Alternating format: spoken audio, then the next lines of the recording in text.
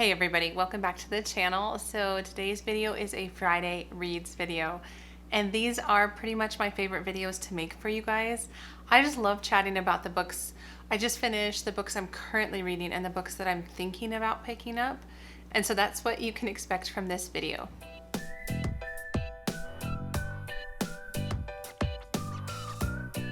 So hi, my name is Angie. Welcome to the channel if you're new here, or welcome back if you have been coming for a while.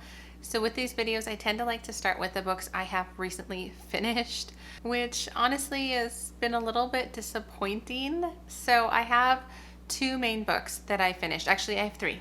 Let me start with the one that's not disappointing. So I finished this book. It's The Mysterious Affairs at Styles by Agatha Christie. I read this during our weekend with Agatha readathon that Chantel from Chantel Reads All Day and I hosted this past weekend. And so that was a really fun readathon. I actually made a reading vlog about this book. So I'm not going to talk too much more about this other than I really liked it. I enjoyed the mystery, and it was the first Poirot novel. So it's the first novel that Agatha Christie uses Poirot as her lead detective. It was really fun. I liked it. That's all I'm going to say. So I did finish two other books. I can't say that I finished them. And what I mean by that is I decided to DNF The Silent Patient. And I talked about this in my last Friday Reads, and a lot of you encouraged me to just keep reading, but I am just realizing I do not like psychological thrillers. I am interested in like her story because this is about a woman who pretty much has the perfect life, the perfect husband, perfect career, all these things, until one day she shoots her husband in the face, and now she is in an institution and she's not speaking. And this story is really about why, and it's going through her backstory, and I'm honestly like 100 pages into it, but I'm realizing that I love suspenseful mysteries and thrillers, but I don't like psychological thrillers. I don't like where they just dive into someone's like traumatized past and that explains why they're behaving the way they're behaving now, and the mystery is that it's not like somebody got murdered sort of mystery. It's hard to explain, but I'm just putting it down. I realize I have like no interest in picking it back up. Like, it would be a chore to pick it back up, and why would I do that? It doesn't matter that everybody else loves it. I mean, I was buddy reading it with my sister, and so my sister's just gonna tell me the end because I am curious as to her story, like what brought about the storyline, but it's just not enough to read it myself. I just don't care. So I'm putting it aside. I don't DNF well, but I'm practicing DNFing books that I just don't want to read. So I don't want to read that one. And the other book that I finished, that I actually finished, is this book. It doesn't have the dust jacket, but this is the second book in the Crescent City series by Sarah J Maas. This is The House of Sky and Breath. It is 800 pages. It is a beast of a book. So this book, you know, I had to sit with it a little bit to figure out what I was going to give it star-wise, and I decided on like a 3-star book, maybe more of a 3.25. It was enjoyable, but it was not what I expected, and it was not anything like the first book. So I read The House of Earth and Blood in January, and I loved it. I was so surprised by it. I thought that storyline was super good. So the general storyline of these books is that there is a place called Crescent City, and there's this girl named Bryce who is a half fae, half human, and in this city there are a lot of different types of supernatural beings. So you have like fae and mermaids and werewolves and sprites and angels and all of this. And in the first book there are these brutal murders that Bryce is associated with, and so Micah, the head angel of the city, puts her in charge of helping solve the murders, and he gives her a helper in the form of Hunt Athalar, I think he is. He's a fallen angel and he helps her, and there's like some romantic tension between them in the first book, but it's mostly about those murders and what's going on in the city. So that's great. I really, really enjoyed that. Really enjoyed the last 200 pages of that book. This book continues the story, but it is so fragmented, and the storyline just jumped around and was so jumbled that I kind of lost interest a number of times while I was reading it, even though I cared a lot about the characters. Okay, maybe it's because I don't love the two main characters, Bryce and Hunt, as much as I love some of the other side characters.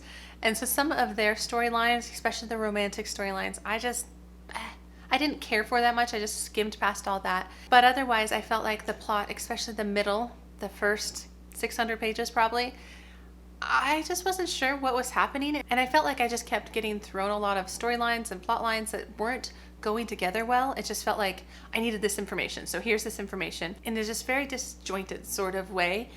And then the end was good. It was intriguing, although like I'm not a big fan of the trope where the main character does stupid things because the plot has to go that way, which is how this felt. So it's like the plot had to go a certain way. And I knew that, and I kind of saw that coming. And so she just made stupid, rash decisions to get the plot there. And I just feel like that doesn't always have to be the case. Like, for instance, I was reading Mistborn by Brandon Sanderson, which is a very popular fantasy series.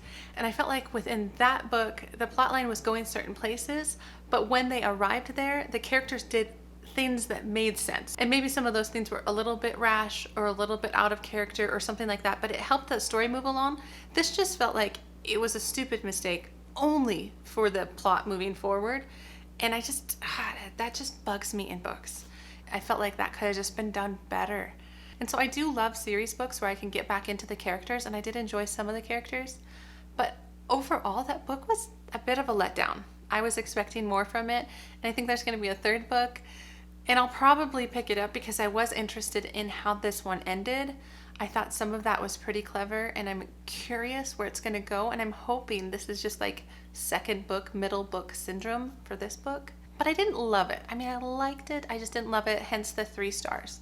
So I finished that, and that took me a good while to read all 800 pages, especially since I wasn't as invested as I was in the previous book. And so I'm just kind of sad about that. I really wanted to like it. So those are the books I have read. So let me grab what I am currently reading. And so this book has been on a number of my Friday Reads videos in the currently reading spot. And it's not because it's a bad book. I'm actually really enjoying it. It is a little bit more emotional than I'm in the mood for right now, but it's good emotion. It's emotion that I'm really connecting with. And so I'm really liking the book. I feel like I am only moving slow because of my life and the fact that I'm not really drawn to emotional books right now, not so much because I'm not liking the book. I'm really liking the book. So it's about this girl who grew up in a family that fostered. So she was a biological child of the mom and dad, of the parents who brought in a lot of foster children. Like they really had a heart for foster kids. And so it tells her story in kind of a past and present sort of time frame. So the past when she was like 12 or 13, and then the current day. And it's just a heartwarming story about one of her foster brothers that she lost touch with. Something happened, and I'm sure we're going to figure out that something happened when they were kids and they lost touch, and now he's back in her life. And her life has had kind of a rocky journey to get to the present, and there's been some hard things, but some sweet things. And so it's a really well-written book, and I'm really connecting to her as a main character because she's a young mom, and it's a really good book so far. I'm like halfway. I will finish it before the next Friday Reads, so I can tell you what I think about it, because I'm really liking it. As of right now, it's definitely a 4, if not 5-star book. So that's encouraging. That's encouraging after the last couple books. And so another book I'm currently reading, I'll put a picture up here, and it's called A Place to Hang the Moon by Kate Albus. And it is a middle grade book, a middle grade historical fiction book. And it wasn't even on my list of middle grades to pick up this month, but my son listened to it. So he listened to this book like 6 months ago because I found it for him. I heard about it from Sarah Mackenzie, who runs the Read Aloud Revival podcast, which is all about read alouds to your kids. And she highly recommended this book. And so I got it for him.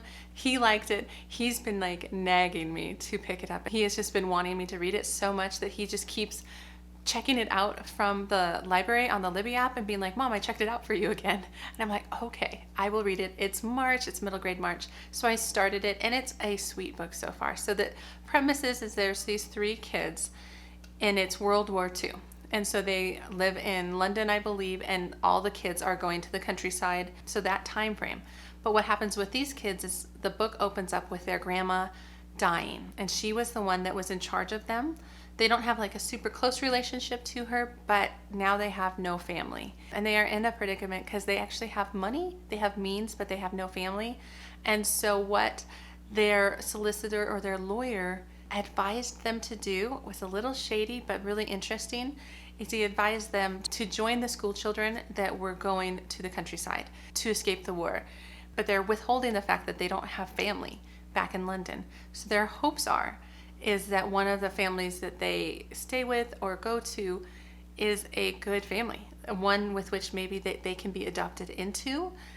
And so they won't be split up, because that's kind of the fear. And it's just like, oh, these poor kids. They're not very old. I mean, it's like 8, 10, 12. Those are the age ranges. And it's just so sweet. So I'm not too far. I think I'm like 13%, but they're just in the process of going to the countryside now. And so I'm really liking it so far. It's been a really sweet middle grade book. So I'm reading that one, or listening to that one. And the other book I picked up, I just recently picked it up, and that's this one. So that's In the Woods by Tana French. And so this is for April's book club, April off of Getting Hugga With It.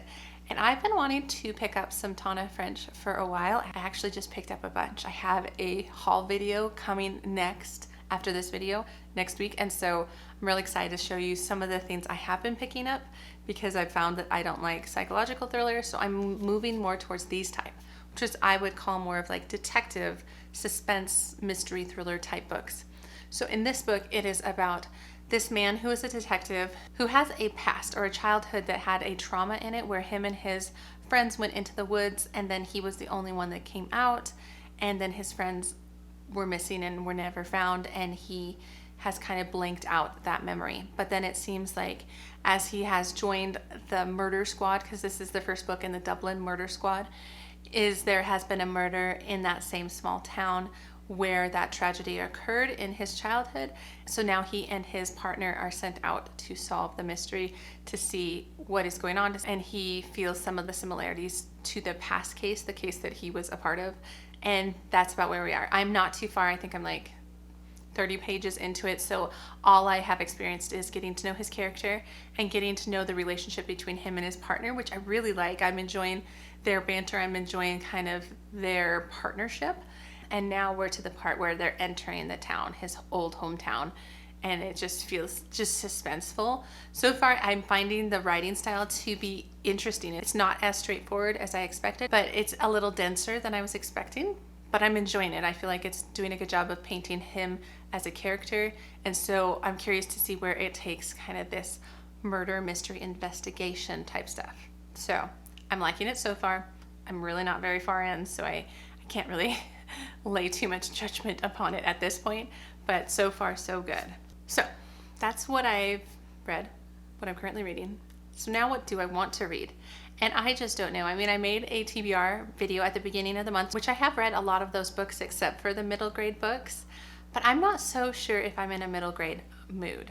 I feel like if I finish A Place to Hang the Moon and I'm still feeling middle grade, this is the one that I want to jump back into, and it is the Keeper of the Lost Cities series. This is book 2, Exile.